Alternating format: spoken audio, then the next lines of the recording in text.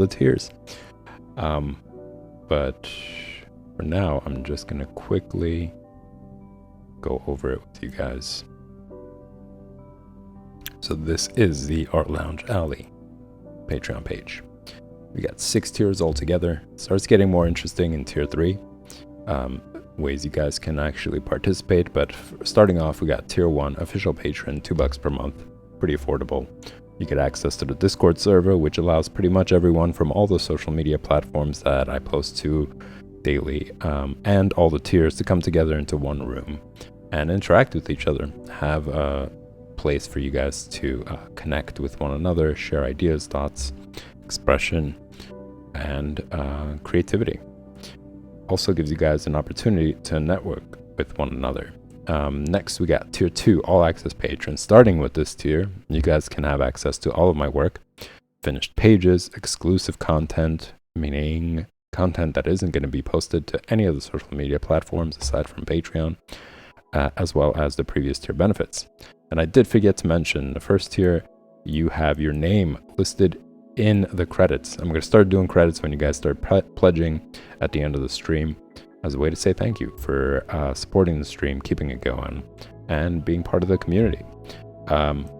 So that's also included in all the tiers. And moving on to tier 3, this is where it gets more interesting. You guys can get more involved with the Art Lounge Alley.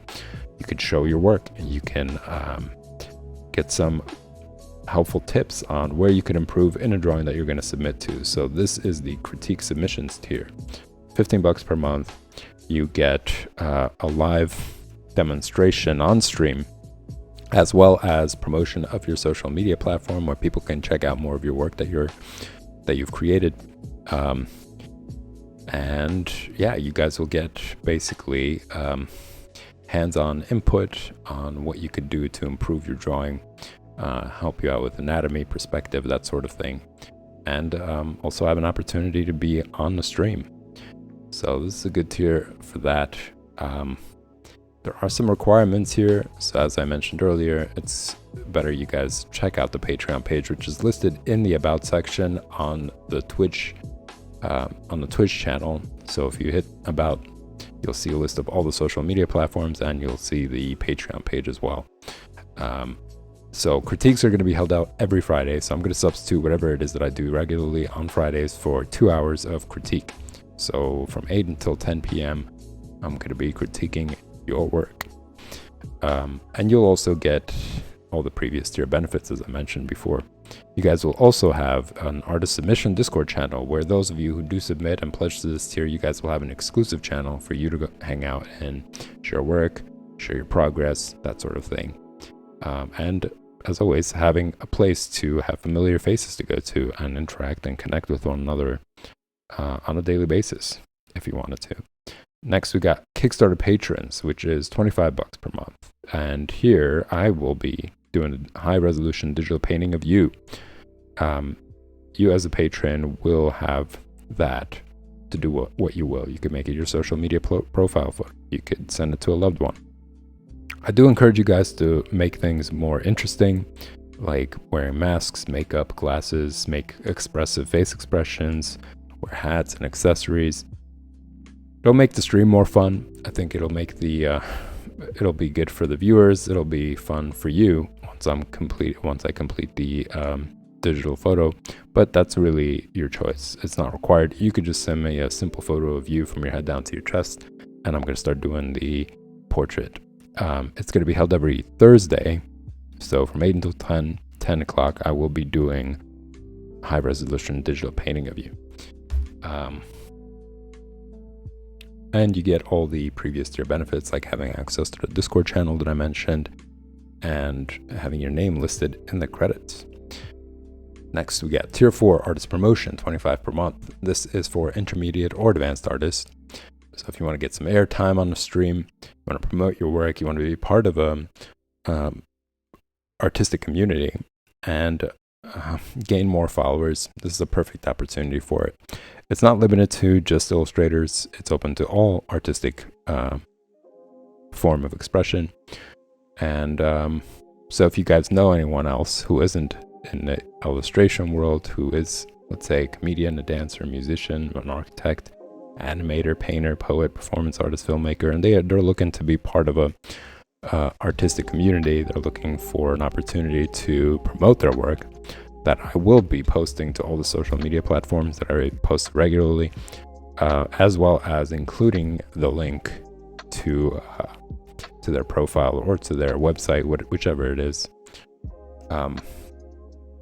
during the stream and before the stream as well, for people to check out. So make sure you tell them about them, introduce them to the Art Lounge Alley. So for this tier, you get 5-minute airtime at the beginning of the stream, where I will, like I mentioned, introduce you and play the video you submit. So there's a requirement, and the list is kind of long here. I do want you guys to post the work, but there are certain things that I gotta look through before approving it for this tier. So read through it. There's some info on here. If you got any questions, ask me on the stream or ask me through any of the social media platforms listed in the About section, and I'll write you back. So that's pretty much that for this tier. You guys should take your time and read through it. Then we got the last tier, which is tier 5, private tutoring. Pretty self-explanatory, limited to 15 people. It's an opportunity for everybody, all sorts of skill level, even if you're a complete beginner, to get some private lessons with me. It'll be a one-on-one session, and I will be sending you a 30-minute video per week, total of 4 videos per month, that will have input and step-by-step instruction, demonstration, showing you where you can improve. And also, I will send you a PSD file with that video.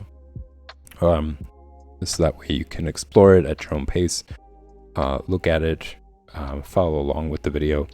There will be homework, just so that you guys can improve faster. 1 video per week, I feel like, is good inspiration, but throughout the week you guys should practice more to get better. So I'm going to give you guys some material to work on so that next video you guys can continue to build on things. And you will also get a private Discord channel dedicated just for you. So all 15 of you will have a private channel between me and you. Nobody else is going to have access to it. You can leave me comments, you can leave me questions, you can leave me your progress for me to check out. And of course, I'll write you back.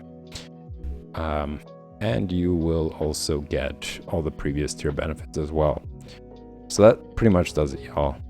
This is probably going to be the longest Patreon page intro this week. For the rest of the week, I'm going to keep it pretty short by just introducing the tier titles and moving on into the stream like I'm about to do right now. So I'm just going to continue on.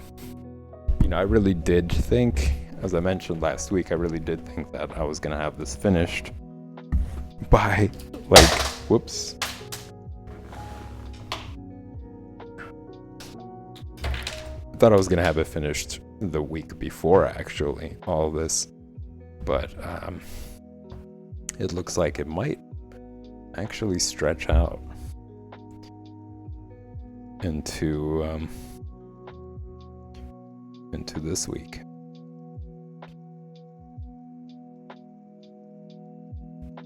So for those of you just tuning in for the very first time, as you can see around the comic book panels, I've been drawing figures in its most simple form.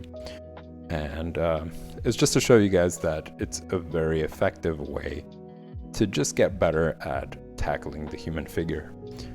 Simple shapes, nothing complicated. You don't have to worry about muscles. You don't have to create too many lines.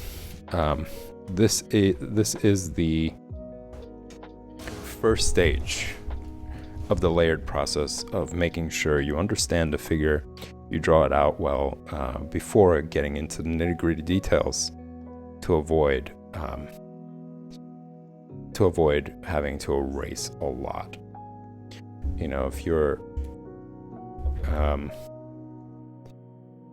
If you're putting in all that time, all that detail, only to find out later that something is off, probably the worst thing you could do is try to cover it up with more detail, it's just going to make it look like a very detailed,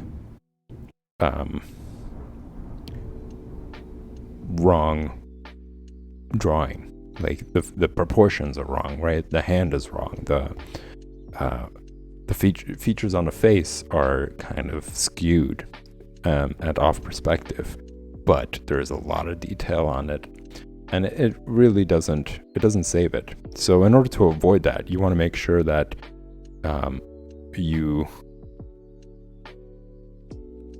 hold on a second. I am trying to find this pencil so we can get started here.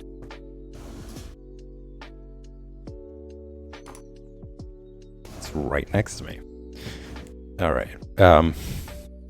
Yeah, just want to make sure that you get things right. You get the motion of the body right. You get the proportion right. You get the angle right before you start really laying on the detail. Just like the building example that I give many times, you don't want to right away start laying on the bricks. You got to make sure that the building is going to be stable. So you got to put the beams down first, and then put the layers of bricks on top of it. And the layers of bricks are the detail, basically, when it comes to drawing. So prior to doing that, these are your beams. You're creating these to make sure that everything is sound, everything is stable, everything kind of makes sense. And then you could start laying on the bricks in there, really putting in the detail.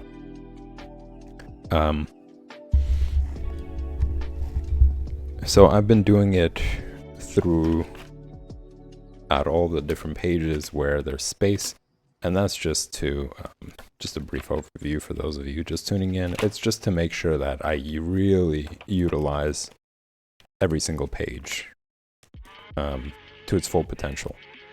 I'm not leaving things empty. And again, over this weekend, I actually looked through some old sketchbooks, and I was like, man, I really missed a lot of pages. Like, there were pages where they were completely blank. I guess I had this like phobia of drawing on the back of another drawing. So had I done this, I wouldn't have drawn on the back of it. I would have just moved on to the next page. Or in this page, I would let's say draw this head. It didn't turn out right. I would just move on to the next page.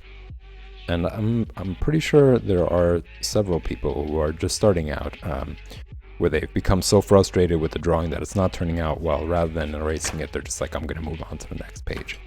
But this basically shows that even if things don't turn out well, still utilize the page as much as possible. Try to draw all over it. Try to fill up as much as possible, because the point is to practice. It's not to create the most perfect piece. It's your sketchbook is there for you to make mistakes. Your sketchbook is there for you to experiment and to feel comfortable and safe to just do whatever, So if it doesn't look right, if it looks messy, or if it looks off, start again. And the way you start, and this is something that I've mentioned very frequently, pretty much for most of the beginning streams, is by sketching things out lightly. Don't get caught up in starting to press harder on the paper as a way of controlling your drawing and making sure that things are looking right. When you press hard on the paper, I like to think of it as multiple things start to come into place. Your uncertainty, you're not certain whether you're going to draw this out right, if things are going to start to fall apart, your lack of understanding for what you're drawing, wanting to control the pencil more.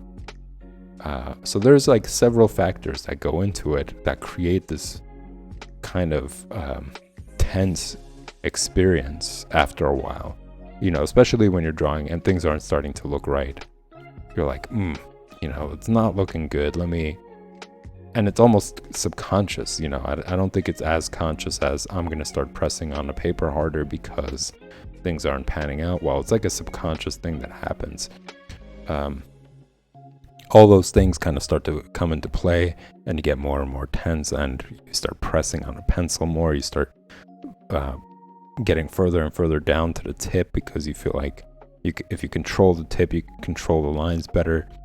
All those things start to come into play because of this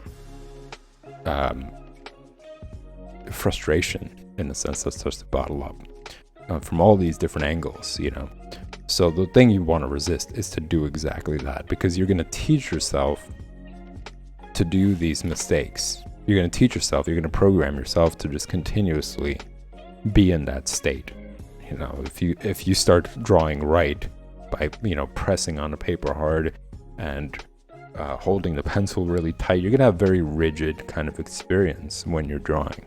You're going to have a very tense experience when you're drawing. So by exercising loose drawing, loose sketching, nailing things down properly by having this technique, it allows you to build a more relaxing kind of experience. You're not as rigid and tense to make sure things pan out exactly. You're kind of letting it all happen. I'm trying to pick a page where to start from. I think it's just going forward, but every time I'm like, maybe I could fit in something more into another page, or a page I've done already. But I think, it's onwards. And it's onwards from here. I'm probably just going to leave this alone because it's a good example, but maybe not. Maybe I could draw little figures on here. Just trying to give it that stage, because it's a pretty good example.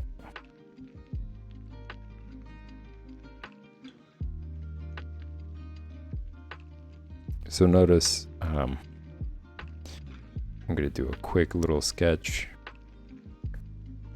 I'm also going to do stick figures here.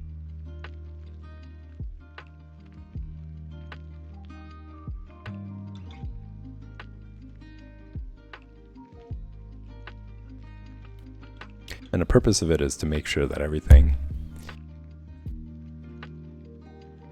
is within its parameters, is within the space that you want it to be. So in this case, I want it to be in this little area.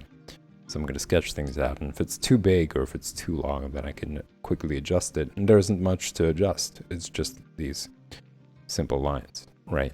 Whereas if I really went into detail, even creating these like basic cylinder shapes, if I started to do that and then found out that towards the feet, it's not working, it's more to erase. So the benefit of using stick figures.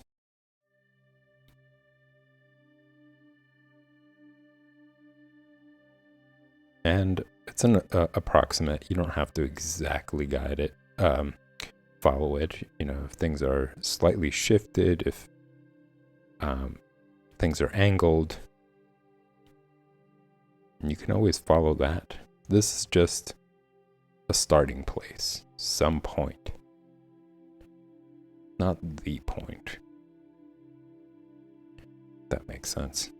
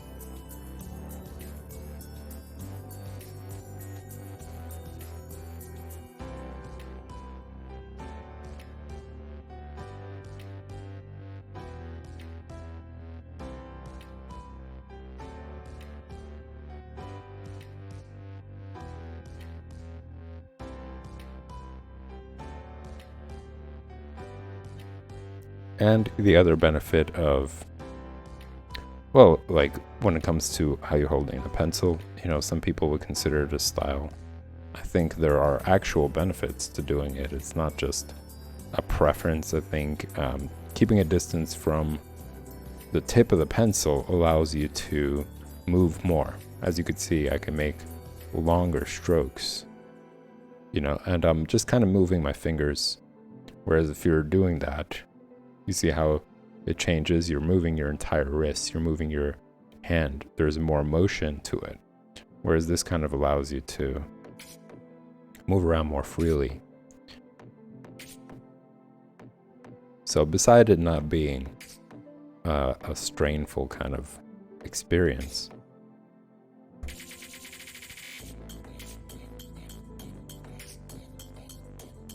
it just it provides more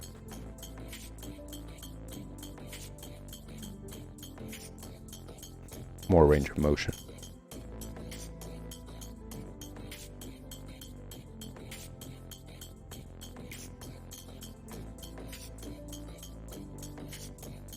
And at the moment I'm kind of pressing hard, just trying to show you guys the image so it's more visible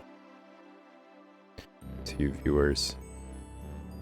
But normally it's a lot lighter than this because it's the first layer, or rather the second if you consider the stick figure part. So all the other layers on top of it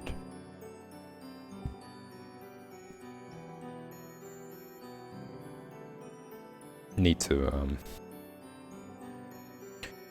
take precedence in terms of what is visible.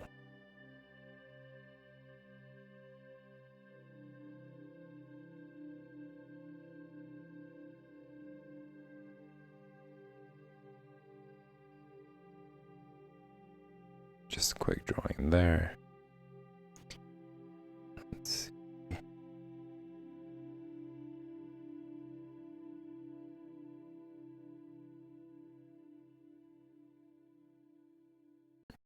Trying to see if I could fit in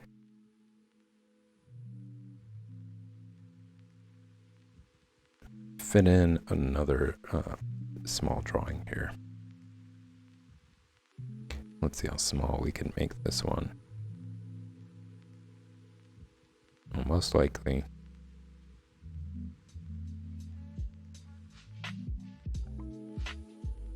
things are going to overlap as far as the hand and these little figures.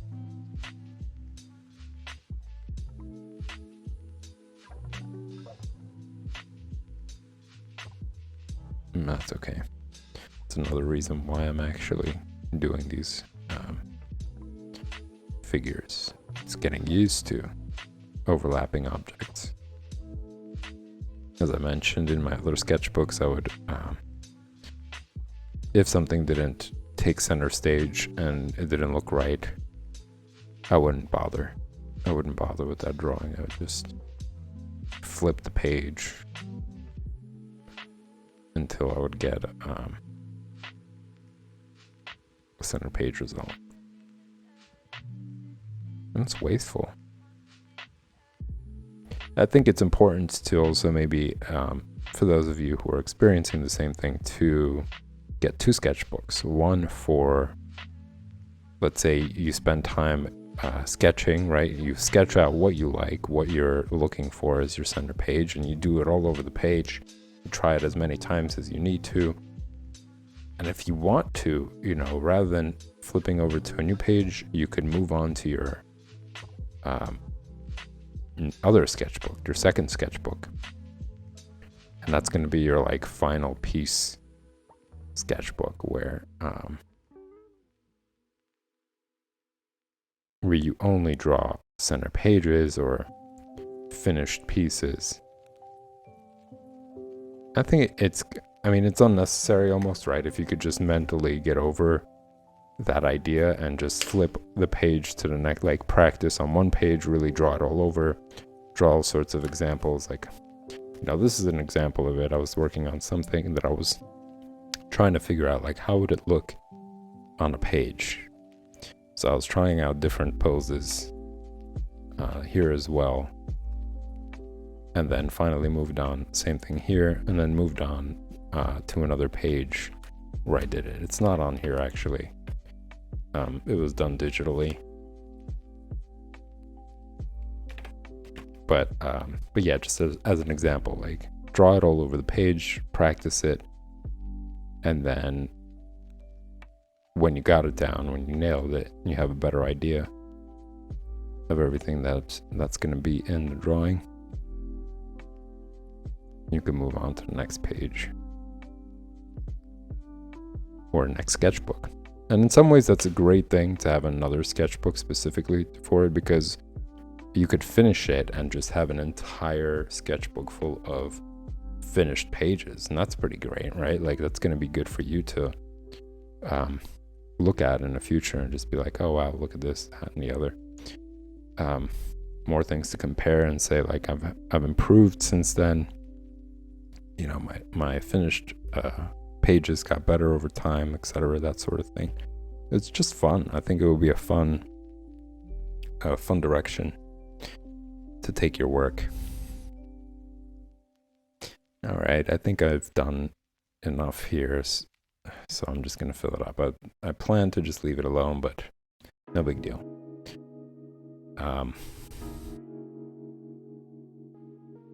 So here goes another. And again, starting out, very simple stick figure.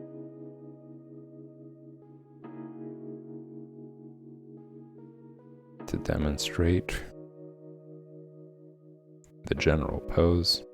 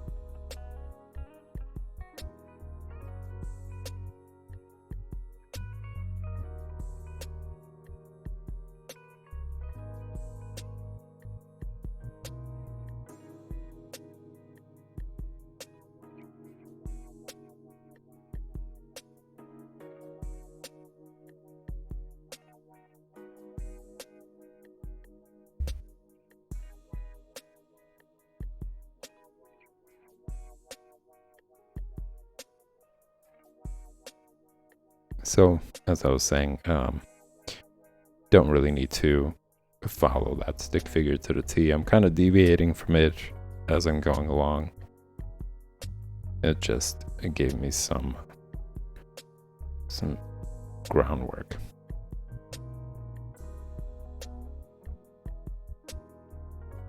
Some direction.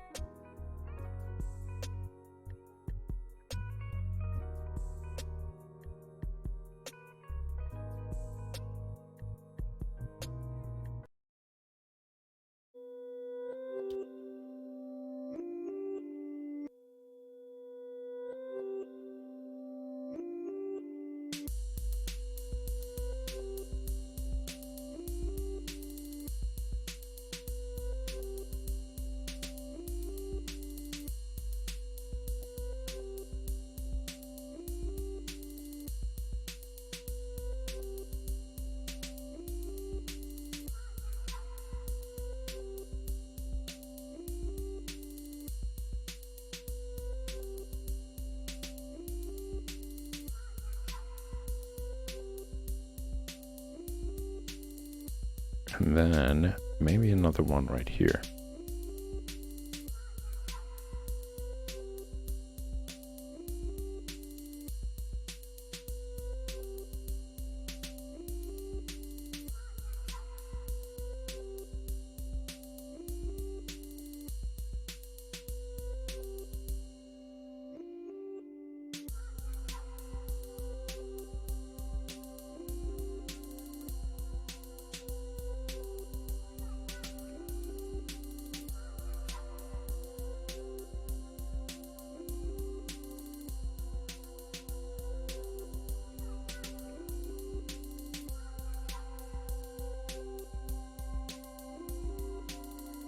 Gonna be more objects overlapping.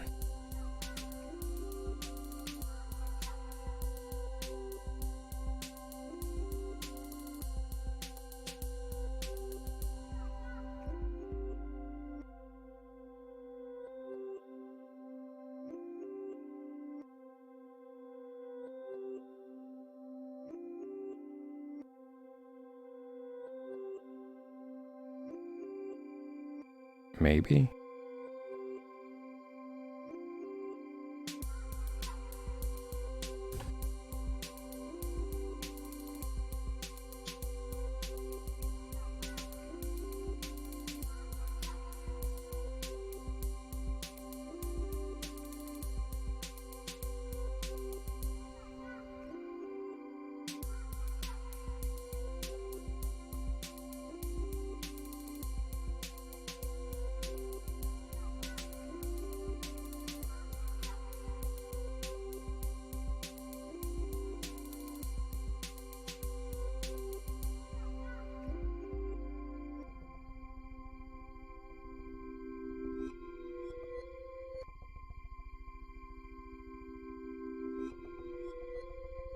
Yeah, a great opportunity with a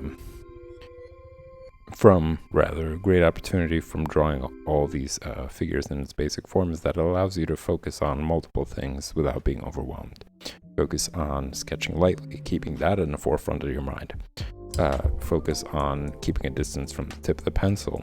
You know, that's easy to remember, especially when you're not overwhelmed by all these little details that you have to put in. You know, so the more you do it, just like anything really, right? The more you repeat it over and over and over again, you become better, faster, and it's easier for you to remember. You know, I noticed this personally, even with, keeping a distance from the tip of the pencil.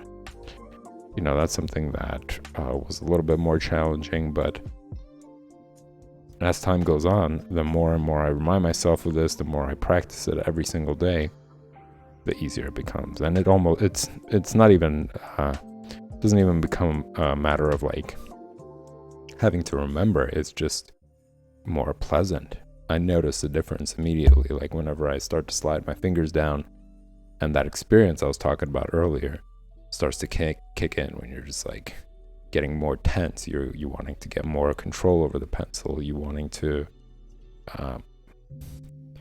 feel like you're getting better results, etc. That sort of stuff starts to creep in.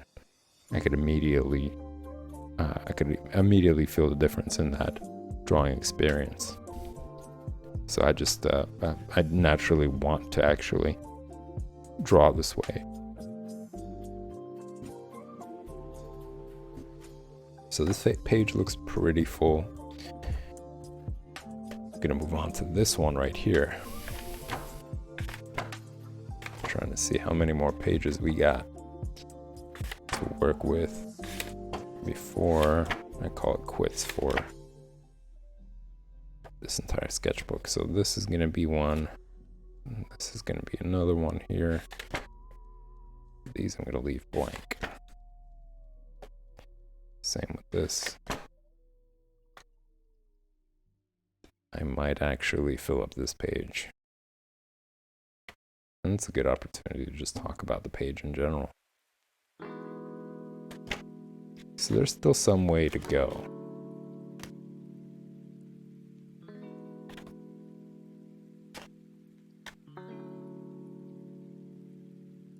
Oh, while we're here, this is my my favorite page to talk about some of the things you guys can do. I haven't talked about this in a while, actually, so it's going to be a good little reminder for you guys. So this page is an excellent opportunity to do something in your sketchbook.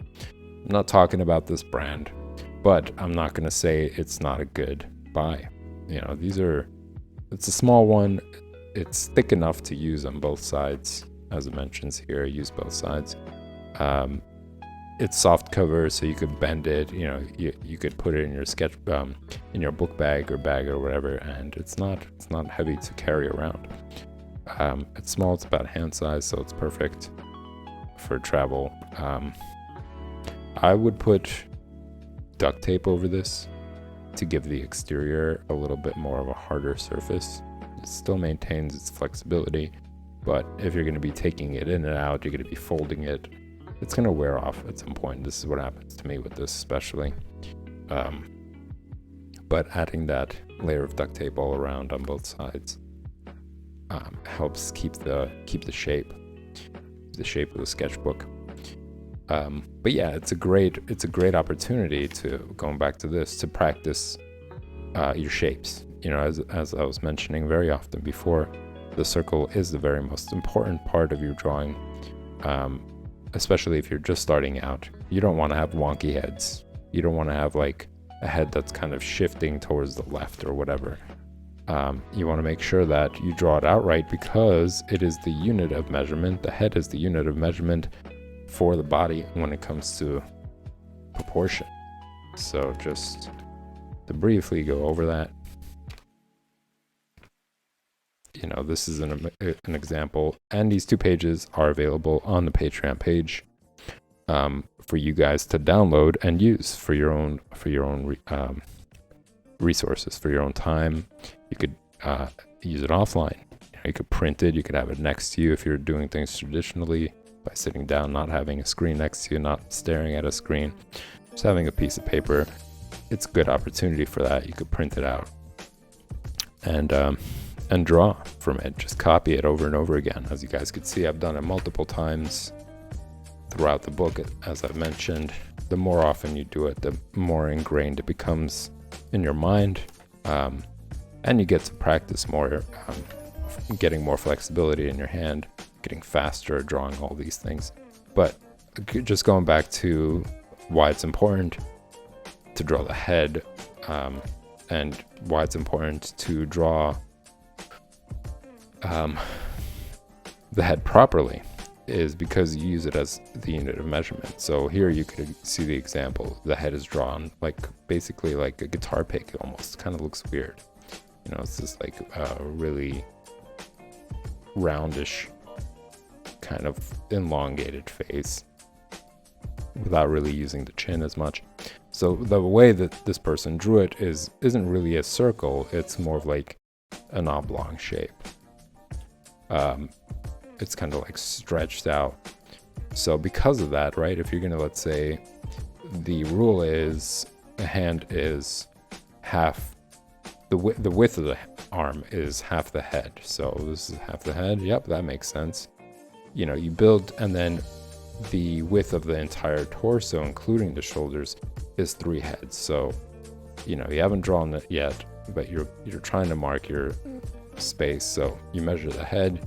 Yep, that looks right. And then you start drawing a torso, and it ends up being incredibly weird like this. It's really wide. So everything you could see ends up rippling from this measurement all over the body, and it turns really weird. The same thing here. You know, you got the head, and the person didn't draw a circle. They kind of drew an oblong shape going vertically. And because they used the head as the unit of measurement, just like here, they measured the head and they said, okay, 3 heads for the width of the body, including the shoulders. So there you go. And this is what it looks like. It looks really squished.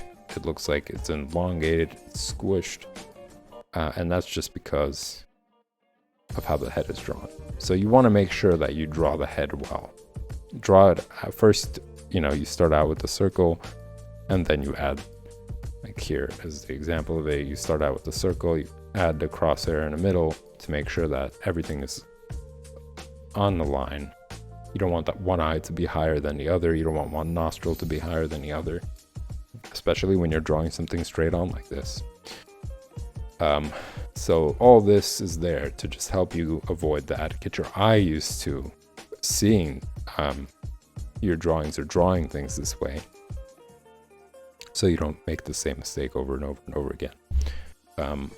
And gradually, you won't need these guidelines. Your eye is going to get so used to seeing it this way. It's going to get so used to seeing things proportionally that you'll just automatically start doing it. But first, this is like learning your ABCs. You're not going to jump into reading the most difficult text before you understand the alphabet, right? This makes sense. You probably won't be able to do it right. So the same idea here. Before you start jumping into complicated stuff, make sure your basics are done well. And these guidelines allow you to do that. Drawing the line down the middle allows you to make measurements, like I was mentioning. This right here shows half the head is the width of the arm. Because if you're drawing, you're going to wonder at some point, well, how do I make sure it's proportionate? How do I know what is the right way to draw things as I'm going through the drawing? This is it. These are guidelines to help you do that. So it's not a matter of guessing. It's not a guessing game for you. You understand exactly why things are the way that they are, and you could follow this along with other drawings, right? You could open up a comic book. You can see if these measurements make sense, and almost all of them, for the most part, are going to be in that approximate range and very slightly different. So this is a good foundation. This is a good place for you to start from to build. You could build it to be more muscular. You could build it to be more thin, but there needs to be a point where you start that makes things make sense in a way. And this is a perfect way to do it. So yeah, as I mentioned, this is available on the Patreon page, starting with tier 2. You guys can download it. You can redraw it multiple times, have it there, have the file there for you. There are other pages that are also uploaded for you guys to practice the figure, to draw, create more challenge for yourself, not having to draw the same pages over and over again. You can pick new one and still practice these basic shapes as your way of building the figure. And I uploaded other ones as well, the ones that you guys have seen throughout the stream, for you guys to practice and get used to more and more, drawing the figure using these basic shapes. Drawing the figure using the 3-step process of first starting out with a gesture drawing. As you guys saw, just lines simply showing what the gesture of the body is. Like here you could see lines indicating the motion, the movement of it, and then having to build on top of that using these basic shapes to create the figure. So this is also available for you. You guys can download that as well, draw from that. But yeah, just getting back into this page right here, these are perfect opportunities. All of these are just ways that you can improve your technique. You can get better at shading. You can get better at memorizing to start out light when you are sketching, when you're starting your drawings. Gain more control over your pencil by practicing these highlight, midtone, and shadow exercises. It's pretty mindless. It's simple. You're just exercising a couple of things, keeping it light, gradually going from highlights, midtones to shadows, keeping your hand at a distance, not pressing hard, not giving your pencil a death grip. All those things are really important to internalize. And these exercises give you an opportunity to do that. If every day you sit down and do this, you just do these quick little sketches, you'll get better and better at it. It'll become something that you're constantly thinking of when you are sitting down to draw. So it doesn't become as much of a hassle. It's not something that you have to oh, what was it? What were the things? No, you've been doing it. You've been practicing with it. And this gives you a perfect opportunity to do that. Over here is just demonstrating how you could use the basics shape like a circle and practice these shadings, the highlight, midtone, and shadows on it, to give it more dimension, to pop it out as you can see. This is an example of doing that without following the curve. And here are examples of following the curve of the object and gradually going from highlight, midtone to shadows. Here is an example of the cylinder shape. And here, you know, you might think, okay, highlight, midtones, and shadows, what's the big deal?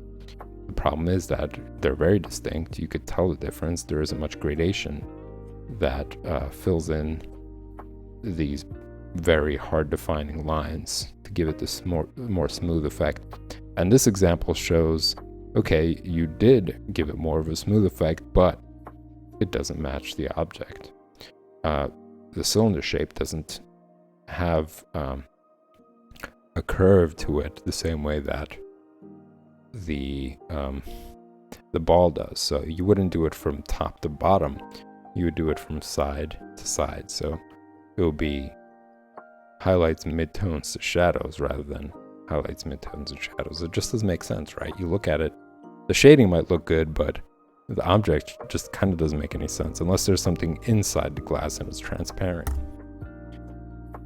But yeah, this page just shows what you can really practice on here. You know, these are very simple things. You're sitting on a bus, you're sitting on a train, wherever it is, you know, where you have like idle time, you're waiting for something, you pull it out and you could practice all this stuff. Helps the time go by, helps you improve. So multiple benefits. It's a very simple process there.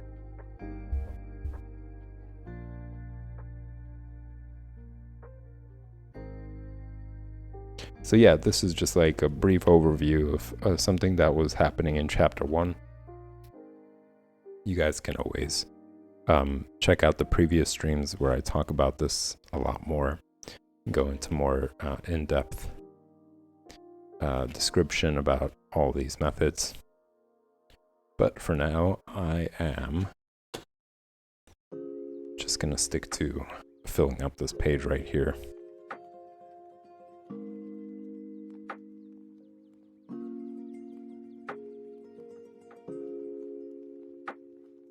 So I'm going to start out with like a gesture.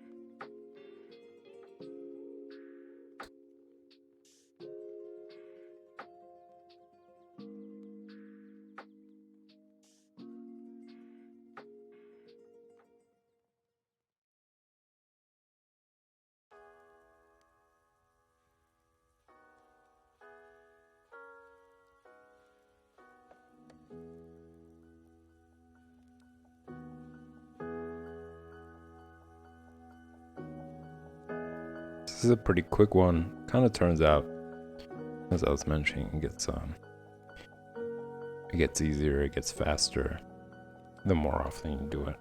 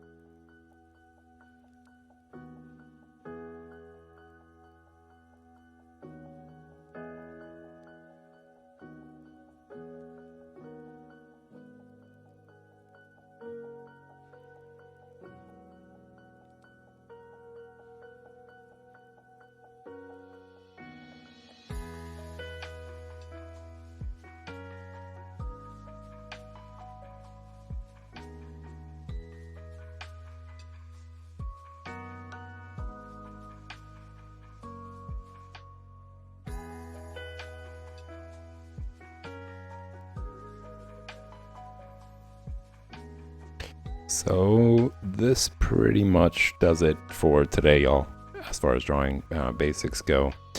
I will take a 5-minute break and I will be right back to actually do drawing comics, where I'm going to be doing more of John Buscema's Conan the Barbarian. These past few days I've really been focusing on inking a lot more. And some exciting news is I'm actually waiting for some India inks to show up. I caved in. I decided to go along with it, even though I've been kind of like focusing on color pencils. I still would want to have just those inks around in case one day I decide to surprise you guys with something different, and start doing some India inks and experimenting and playing with that. I do find it interesting because it used to be like the method for ink coloring comics back in the day. So I'm just kind of want to jump into that process and see what that difference is between watercolors and India inks. Like, how does it feel? You know, how does the brush